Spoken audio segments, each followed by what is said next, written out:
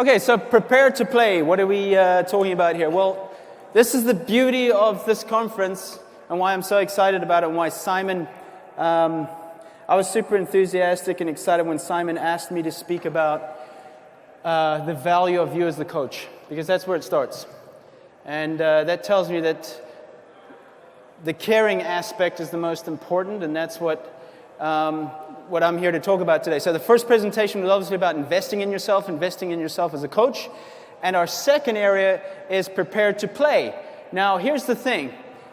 The routine I'm going to show you now is the exact same routine that my players have used or done. Dinara Safina, Kuznetsova, Melise, Tomic, all of them, and the other athletes as well from the other sports, cricket, rugby, etc. It is a routine that they perform every morning for 10 to 15 minutes. And it's the same routine I do as a coach and you can do as a coach as well, because it is not a sport-specific routine. Okay? It's a body routine that's going to help you just feel better. And I think you only realize that and really appreciate that once you start to get into your mid-30s, 40s, that first step out of bed is the gratitude step, and then the next one is attitude, and then the third one was ow, because my joints are stiff, my ankle's stiff, my knee is tight, my back is sore, etc. So we need to take care of ourselves as coaches and also human beings as well. Especially family people who have kids, you want to still have longevity, to have a game of sport in the backyard in 10 years' time or 20 years' time, whatever it may be. You just want to be healthy. If you want the answers to the future, look to the future and those who have gone before us. They will give you the answers to what breaks down the quickest, especially memory, getting there. And also our body parts, hips. Oh, we got balls flying over. Hips, back, all these areas. So instead of waiting to rehab, why don't you start prehabbing yourself? Because here's the fact of the matter. You're going to get older, things are going to get tighter and sore, so why not prepare ahead? As coaches, we're in a business that our bodies are our business as well. And I can't tell you how many coaches I've met over the last few years or the last 22 years who by the age of 50, 60 are already having hip replacements, knee replacements, etc. People, we are in the health and fitness industry. Walk the talk, take care of yourself. And again, we spoke about in the first presentation, I don't have time is not a good enough excuse. Let me give you the 3 biggest success limiters out there. Number 1, excuses. Number 2, procrastination. I'll do it sometime. Well, someday is not a day of the week. Okay? And our third one is our self-talk, what we tell ourselves. I can't do it, I don't have it, I don't have enough money, I don't have enough time, I don't have the opportunity, you're lucky, etc., etc. Those are the 3 biggest success limiters. So today I'm talking about prepare to play, which might sound, oh, this is something for my player or athlete. Well, no, this is something for you and your athlete. In fact, this is the routine I did during the 7 marathons and 7 half marathons in 7 weeks, and I did still go out and train in the days between. There was no day off, so as such. I can't afford cryotherapy tanks. I can't afford masseurs. But I can afford to spend the 20 minutes I did each morning and around about 10 minutes in the evening to do this routine I'm going to show you today. And it's one good thing to have the tools. It's another thing to actually do it. Here's the thing about what we are today, the IY generation or the generation we're in, is that we have all the information out there. But nothing will take the place of discipline, of you actually doing it, because we have all the information out there. Neil Armstrong said, success is about solving problems. And I only had 2 problems getting to the moon, or becoming the first man to step on the moon. One was, how am I going to get there? And number 2, how am I going to get back? Talk about simplifying 2 problems. Successful people see solutions. They see and they simplify it instead of join in with the group and make it even bigger and worse than it was. So today I'm going to talk about prepare to play, key recovery and injury prevention routines. At the end of the day, it doesn't matter what sport you're playing. The body breaks down. It's being put through stresses. Okay?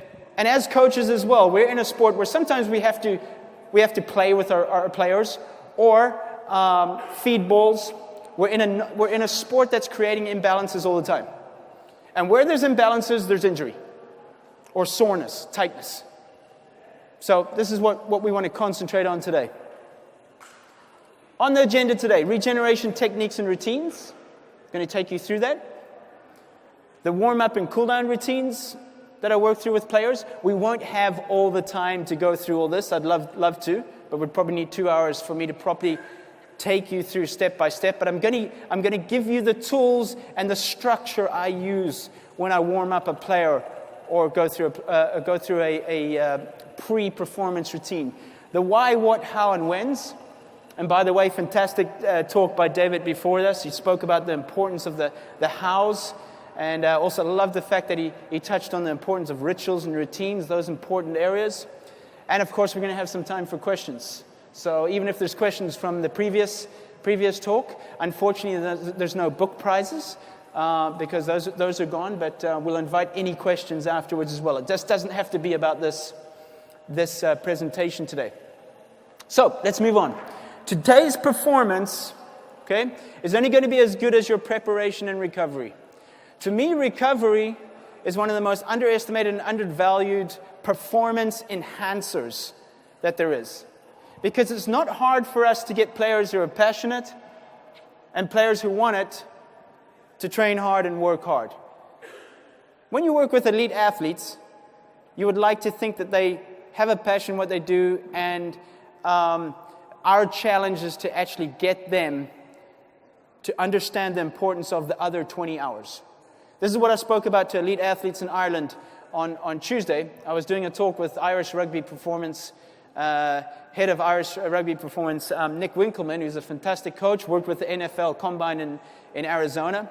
And this is our biggest challenge as performance coaches, is to get our elite athletes to recover properly, to understand it. Okay? When I go through an elite athlete's program, the first thing I'm looking for, like we spoke about this morning, is structure and routine. Do they have structure and routine, or are they just all over the place? It's not about the X's and O's and the drills and exercises and what drills they're doing on the court, for example. It's about the structure and routine they have. The small little routines. Here's the thing that I told them. I said that the 4 hours, average 4 hours that an elite athlete trains a day, that could be 2.5 hours on the court, that could be an hour in the gym and pushing weights, for example. The 4 hours that you do what you're loving to do is the easy part. The hard part is the other 20 hours of the day of how you're living your life, because I can't control that. When you're with me for 4 hours, I can dictate that. I can watch that, monitor that. Oh, you're drinking. Oh, good, you're eating. Snacking, good. Stretching, good stretch, very good. However, that other 20 hours is going to determine how far you go. The small little routines. The things you don't see Novak, Serena, the Messis, the Ronaldos doing. We just see brilliance on TV and think, wow, they're so talented. They are so good. No, you don't see them afterwards spending those 20 minutes in the gym doing a specific stretch. Novak's warm-up routine takes about an hour and a half, an hour 45, even before his practice. Not just matches, he warms up a different way and gets all psyched up. No, because that's changing your mindset and your balances. Everything stays the same. Same routine warm-up for your practice, same routine warm-up for your match, same routine for whatever it may be. Why? Because when we're changing things, it's creating imbalances, and we're getting we're getting easily anxious from things that we're not used to. Or the body knows, oh, what's going on? We're doing something special today. Not at all. So what is regeneration? Because it's a term that's easily used, and sometimes people say to me, well, what is regeneration? I know rest, recovery, etc. Well, regeneration is a proactive approach to speeding up the recovery of the body. It comprises all the strategies and planned activities to help the body overcome caused by stresses. Okay? Its main purposes are to limit injuries and increase performance. Right?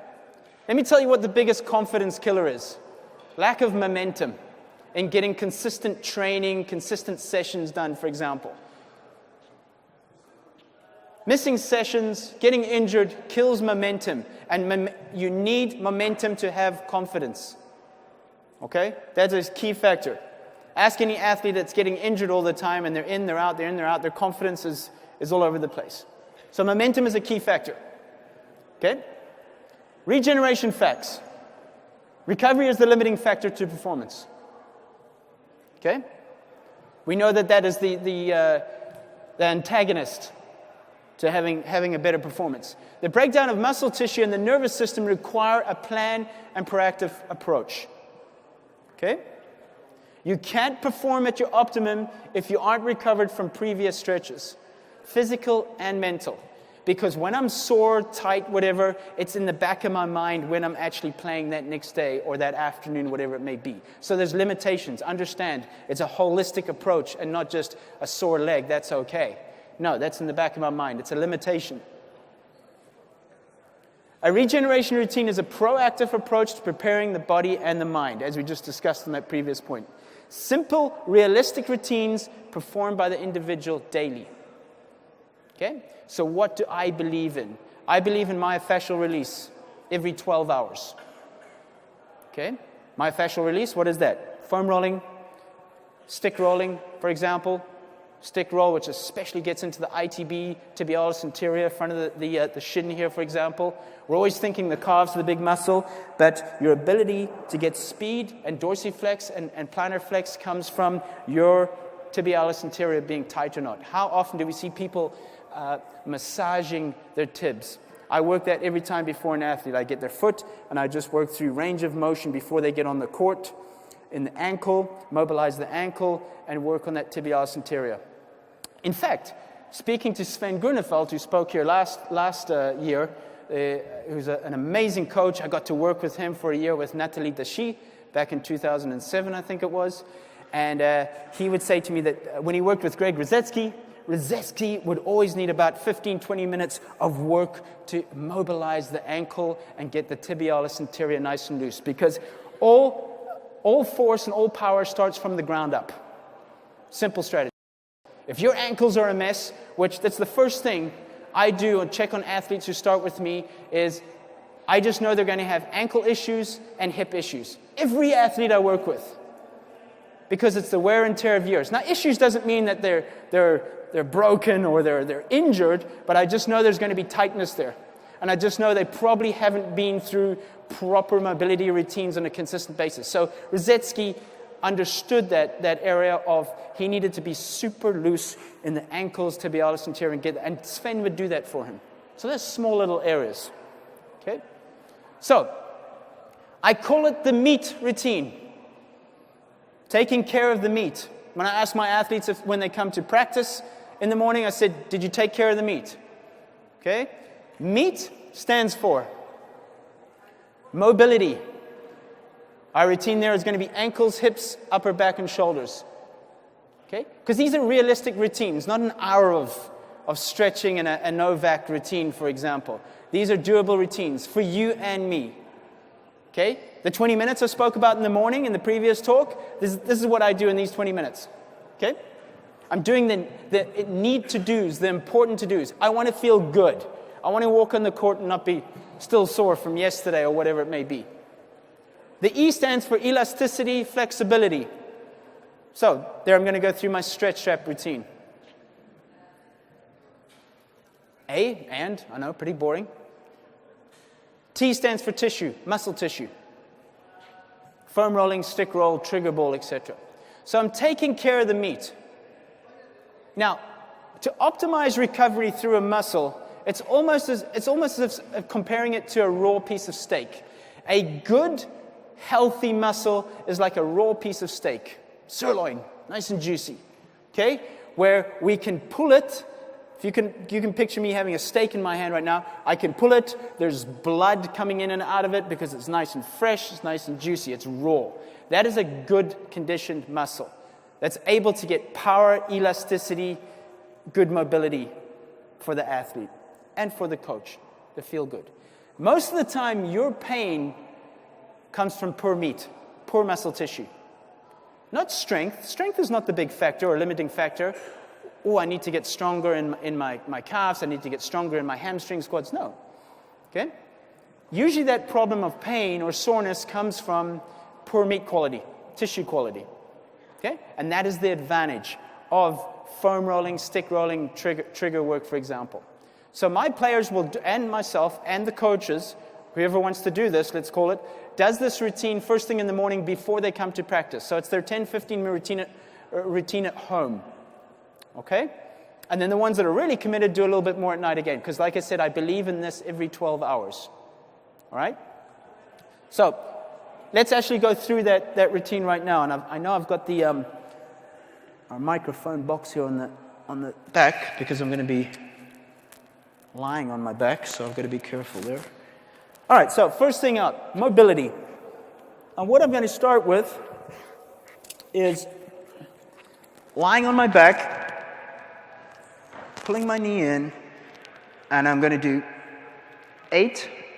We're starting with ankle mobility, of course. 8 clockwise, 8 anti-clockwise on the ankle. Okay? So I'm just hitting the most specific areas that are the most important, because we could have 50 mobility exercises right now, but we don't have that time, or it's not being realistic. And notice I talk about realistic routines. Now, people will ask me, oh, you only give 4 stretches to your players after practice? I said, yes, those are the compulsory, the need to do 4 stretches. If I can get them to do that, job well done. Because here's the thing. I know there's 12 stretches that need to be done, but it's not realistic. Half the group will do it, half the group won't do it. I need a realistic routine. The ones who really want it will do more. Or ask me, or I'll give them, hey, I need something for my glute. I need something extra for this and that. Here's the thing, coaches. You can't push others. You can facilitate them, motivate them, inspire them. But the ones, you know that feeling, I know I'm going off a little bit of the subject here, that feeling where you've got that really good kid, and you wish they were more motivated, and you wish they worked harder because they're so good and they're so talented. Don't waste your stress on that. I'm not saying don't care, encourage, but it's the same theory as taking the water to the horse. You can't, taking the horse to the water. You can't make them drink. You know, you can only give them the tools, and if they want more, those are the ones you know are committed. So I start with the ankles, clockwise and anti-clockwise. Then I go to the hips, where I'm going to do a folded stretch. I've got my back of my ankle over the knee, and I'm going to bring it down to the side and hold for 20 seconds. Okay, I'm going to do that each side. I'm not going to do this other side because of the microphone, but I'm obviously going to do this to both sides. Okay?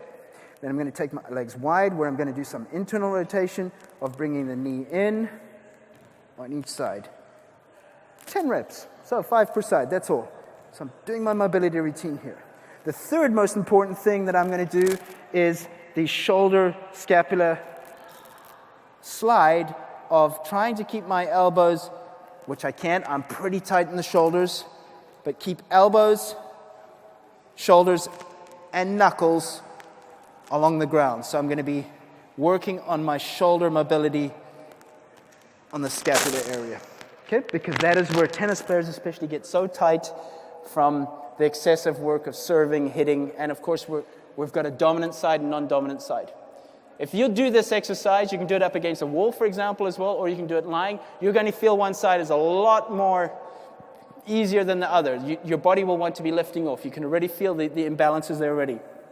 So that's the ankles, that's the hips, and the back shoulder routine. So there was 1, 2, 3, 4 exercises. That probably took 2 minutes. Okay? So that's my mobility. Start with those. Ankles, hips, shoulders, because those are the 3 most common areas that get injured with athletes, and specifically tennis players, especially in the shoulder. Okay? Elasticity. So then we go on to our stretch strap routine. And any of you follow possibly some of my work will recognize this guy.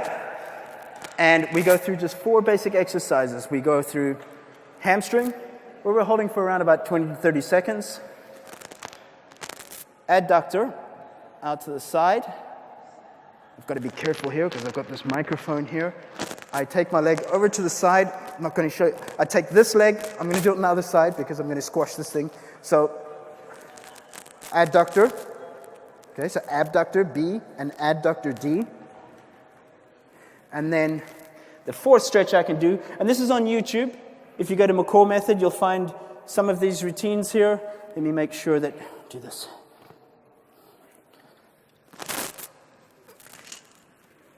My 4th exercise is for the quadricep, and the hip flexor psoas area. So I'm working 4 areas around the hip. I've got hamstring up,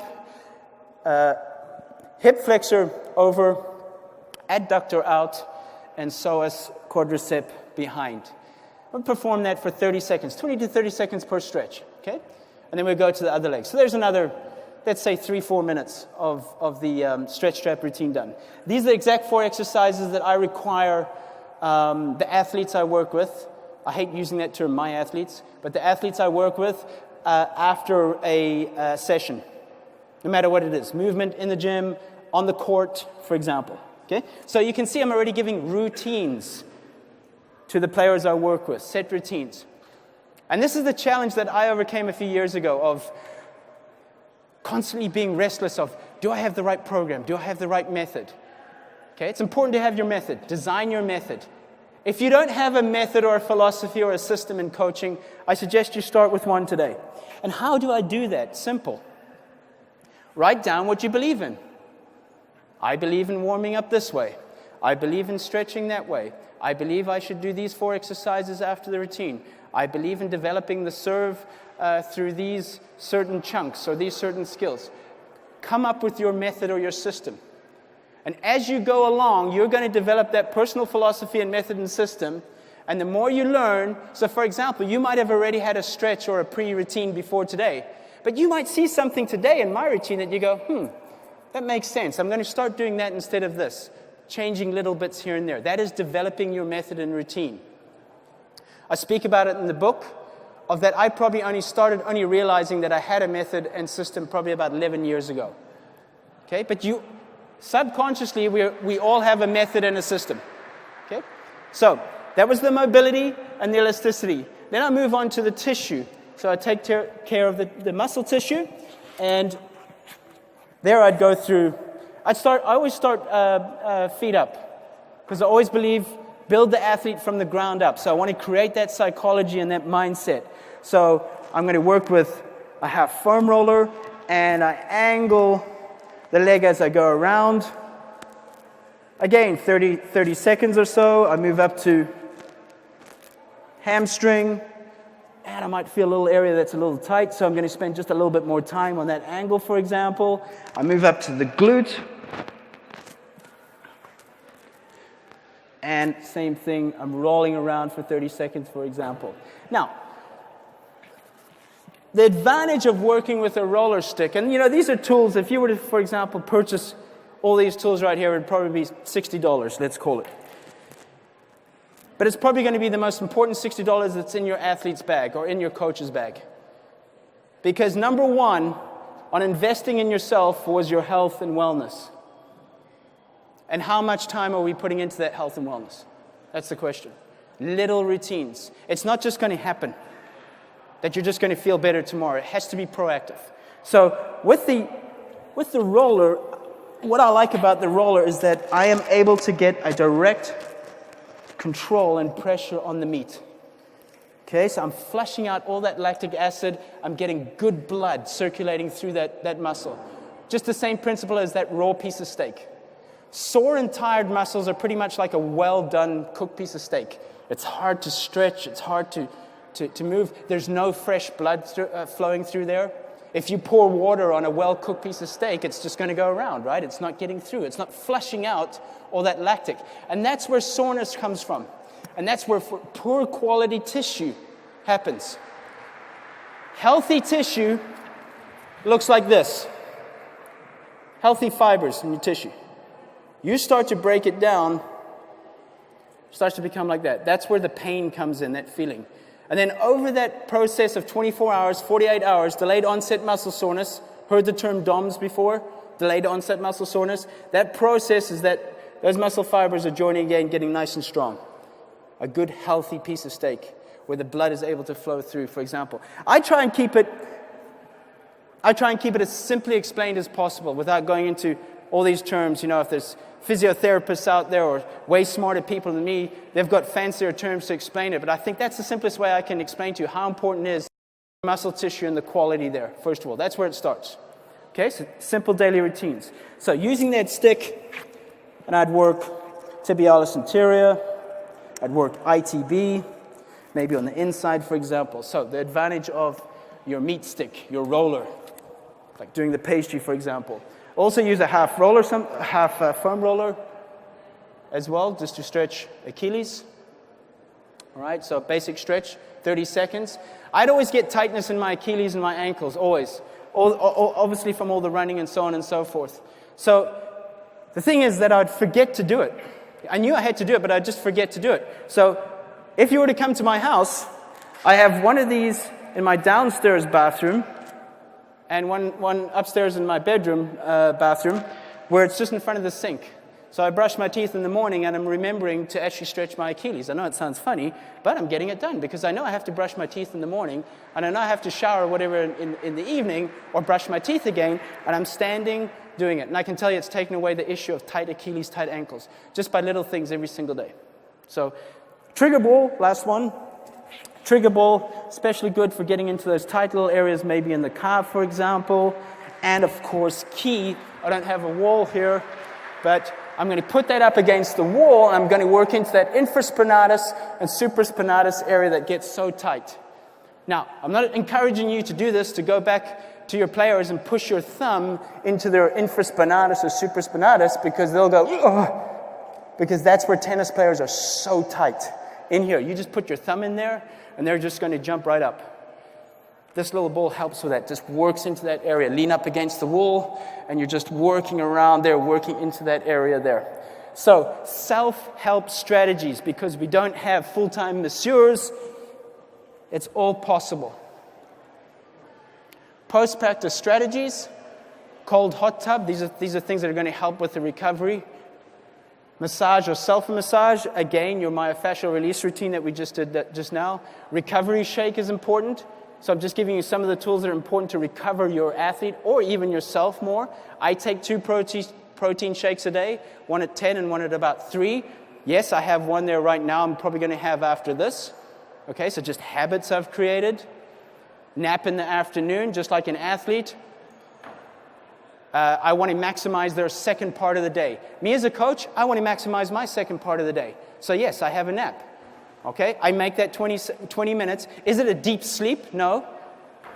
It's just me shutting down so I can reset and give the same performance to my athletes and students in the afternoon than I did in the morning. Because a great coach has consistencies from sun up to sundown, not they're world class in the morning and down in the dumps and blowing out in the afternoon. Hydration important. 2 minutes? We good, Dan? Are you pushing me? Okay. All right, so meet routine, recap. If you want to shoot a photo of that, go ahead. But that's the routine quickly sped up without going through it. Gosh, was that 30 minutes? Warm-up and cool-down routines. Apologies for the speed. Let me just get all 4 out. Oops, back. My warm-up will consist of 4 agility exercises. Simple. Lateral shuffle, karaoke shuffle, cutting, angles, and maybe some high knees. Simple. Nothing out of this world that you haven't seen. Dynamic flexibility. I have 4 exercises that I choose for my athletes as well. It doesn't matter what 4 they are. Please, we have 30 dynamic stretches, and we're thinking, which one's right, which one's right. Think of the sport you're coaching. That'll give you the answers. It's a multi-directional sport. Get forward, side, and backwards. The hips before and hips after routine, they will perform some mini band steps for 10 out, 10 back, finished. And then, of course, they do the tube upper body routine. If you need to see that, that's on McCaw Method on YouTube. Simple 4 exercises or 6 exercises. Other considerations, and this will be the second to last one. Get correct amount of sleep. Sleep environment is very important. Too much light, too much noise, you're not going to be getting a sound sleep. Myofascial release every 12 hours. Protein, set bedtime and wake-up times. Yes, we're even talking about us as coaches. Feedback to coach and team, important for the athlete to give you feedback on how they're recovering, and daily management of the athlete. That was quick. Everything I've spoken today is in 7 keys to being a great coach, because it also takes care of not how to make better athletes. It's how to first get the best out of yourself to make the others better. Just like it says there, become your best, and they will too. Thank you so much.